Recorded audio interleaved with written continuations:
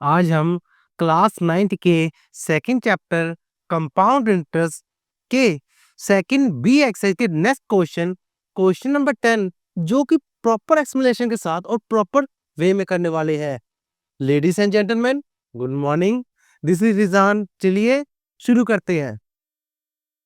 A manufacturer estimate that his machine depreciate का मतलब होता है घटाना, ठीक है, depreciate by 15% of its value at the beginning of the year. Find the original value of the machine if it's depreciate by 5,355 rupees during the second year. अच्छा, कहता है क्या जाते हैं कि नहीं, मैन्युफैक्चर एस्टिमेट है कि समझो कि मशीन वगैरह बनाते हैं जो वो ना वैल्यू कम होती जा रही है। जैसे समझो कि हम कोई सब फोन लेते हैं, उसका क्या था, हर साल हर महीने बाद क्या था, वैल्यू कम नहीं हो जाती। जैसे आज आपने 50,000 का फोन लिया है, तो एक महीने के बाद उसकी रेट डाउन हो जाता है। जैसे हम लोग कोई 45,000 में आ जाता है, एक कुछ टाइम फिर 40 से, फिर बहुत टाइम पुराने होने के बाद 30,000 25,000 में आ जाता है। वैसा कुछ है कि भाई टाइम के साथ साथ वैल्यू कम होती है, उसे डेप्रिशिएट, वो कम हो रहा है, ठीक है। डेप्रिशिएट का मतलब एक manufacture estimate that his machine, जो उसकी मशीन है, घट रही है 50% ऑफ इट्स वैल्यू। उसकी जितनी भी अब वैल्यू है ना, स्टार्टिंग में जो थी, उसका 15% वैल्यू घट रही है at the beginning of the year. हर साल उसका 15%, जितना भी उसका अमाउंट है, मुझे नहीं पता, ये बताए नहीं भी कितना है, कितना था स्टार्टिंग में, उसका हर साल क्या 15%, जितना भी उसका 15% घट रहा है। Find original value. अब पता ओरिजिनल कितने में था, स्टार्टिंग में कितना था मशीन का rate, if it's depreciate by ये इतना अमाउंट ड्यूरिंग सेकंड ईयर। अब सेकंड ईयर में इतना इतना रुपीस कम हो गया है, सिर्फ कम हुआ, डेप्रिशिएट कम होने की बात, क्योंकि पहले साल में जितना भी हुआ ठीक है, सेकंड ईयर में इतना कम हुआ है। अब बताओ कि मशीन का ओरिजिनल वैल्यू कितना है। ठीक है, स्टेटमेंट समझ आ गया। मुझे लगता है कि स्टेटमेंट समझना सबसे ज्यादा बात है, समझ इजिली हो जाता है। चलिए सॉल्व करते हैं हम इसे। अच्छा देखो क्या होता है कि बिल्कुल करने वाले वैसे बिल्कुल स्टार्टिंग में क्या था, उसका अमाउंट पता ही नहीं हमें। प्रिंसिपल क्या था, लेट पी को एक्स कर ले हम प्रिंसिपल को, ठीक है। रेट कितना है, 15%, ठीक है। पहले फर्स्ट ईयर की बात करते हैं, फर्स्ट ईयर। अच्छा ध्यान दो, फर्स्ट ईयर में टाइम कितना है इसका, इसका टाइम है 1 ईयर, एक ईयर हुआ। प्रिंसिपल पता है वही एक्स ही रहेगा और रेट भी इसका वही 15% रहेगा, ठीक है।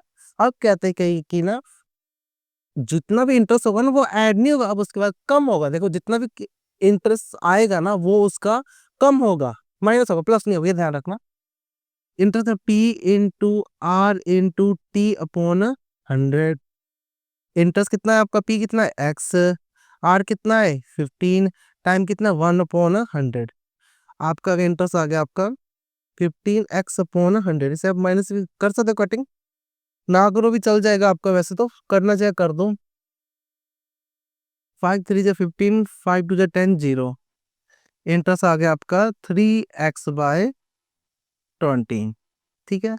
अब बात सुनो, डेप्रिशिएट हुआ है, डेप्रिशिएट घट रहा है, तो इसका अमाउंट जो भी आएगा ना, स्टार्टिंग में कितना प्रिंसिपल था ना, उससे माइनस होगा इंटरेस्ट। डेप हर साल बढ़ नहीं रहा, हर साल कम हो रहा है। सेम फॉर्मूला सेम, बस यहाँ पर माइनस आएगा।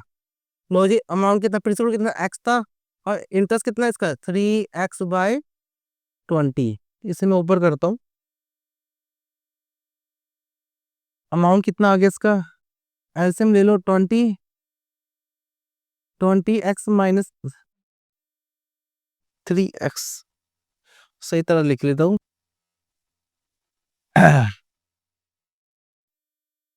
20x-3x/20, कितना है अमाउंट आपका 17x/20। ये आपका अमाउंट आ गया फर्स्ट ईयर में। पर हमने सेकंड ईयर तक जा रहे हैं, सेकंड ईयर का ये दिया है इतना डेप्रिशिएट हुआ है, तो सेकंड ईयर हेडिंग बनाते हैं, सेकंड ईयर। अब बात सुनो, सेकंड ईयर में जो प्रिंसिपल होगा वही वो तो पिछले वाला होता है, हमने वैसे किया था 17x/20। लो जी, इंटरेस्ट का फॉर्मूला क्या होता है, सेम होगा, टाइम भी सबको सेम ही होगा, P into R into T upon 100। Interest कितना है 17x/20, रेट कितना है 15, टाइम कितना है 1/100। 400। हाँ, सेकंड ईयर में देख लो इंटरेस्ट कितना है, कटिंग होती कर दो। 5 3 जा 15, 5 2 जा 10, 0, 17x into 3 upon 2 2 जा 4, 0 0। लो वैसे माइनस मैं नहीं कर रहा, देखो माइनस में क्यों नहीं कर रहा, आपको अभी पता लग जाए क्यों नहीं कर रहा मैं माइनस, मल्टीप्लाई क्यों नहीं कर रहा। देखो अभी जो ये इंटरेस्ट है ना, अब दूसरे साल में क्या होगा, इस प्रिंसिपल से माइनस तो होगा ना, पर दूसरे साल का जो अमाउंट घटेगा वही फिर डेप्रिशिएट। सेकंड ईयर कितना है 11। लो भी अकॉर्डिंग टू क्वेश्चन डेप्रिशिएट कितना दिया हुआ है, 5 3 5 5। लो डेप्रिशिएट की वैल्यू क्या है, यही है, यही तो वैल्यू कम होगी, माइनस करेंगे ना हम, तो यही वैल्यू है 17 into 3x upon 400 = 5355। देखो ये समझ आ गया आपको क्यों, क्योंकि ये सेकंड में जितना वैल्यू कम हुआ है ना, वो इतना ही कम होगा, यही माइनस होगा प्रिंसिपल में, जैसे हम यहाँ पर किया था, पर हमने माइनस नहीं, क्योंकि वही वैल्यू हमें दिया हुआ इतना कम हुआ है। लो आ गया। अब आपने क्या करना है, एक्स से रखना, डिवाइड में मल्टीप्लाई हो जाएगा, 17 into 3x = 5355 into 400। अब देखो एक्स की वैल्यू सभी दे दो, 5355 into 400 अपॉन 17 into 3। कटिंग देखो कैसे करते हैं, 5 1 3 1 3, 3 1 3 23, 3 7 21 25, 8 24, 3 5 15।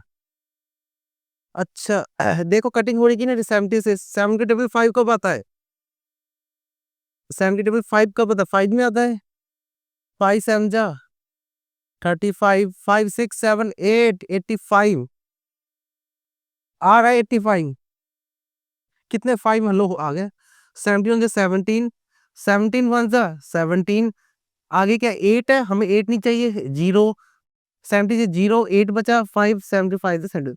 देखो ये इजी सा है, थोड़ा करने का तरीका होता है, वो कुछ नहीं है। 105 into 400, 4 5 जा 20, 2 कैरी, 0 2, 4 1 जा 4, 0 0, 22 कैरी, 2 4 1 जा 4। लो आ गया आपका आंसर। क्या था हमारा, एक्स की वैल्यू आ गई, लो एक्स की वैल्यू। ये क्या पूछा था मैं, ओरिजिनल वैल्यू, लो एक्स प्रिंसिपल ही था, और प्रिंसिपल क्या था, ओरिजिनल वैल्यू हम लास्ट में उसी फॉर्मूले दी, ओरिजिनल वैल्यू थी, original value equal to 4 2 0 0 0 rupees. लो ये आपका आंसर था। देखो प्रिंसिपल निकाले, प्रिंसिपल वही वैल्यू है, बस आपका आ गया। ठीक है, समझ आ गया। एक बार रिवाइज कर देता हूं आपको।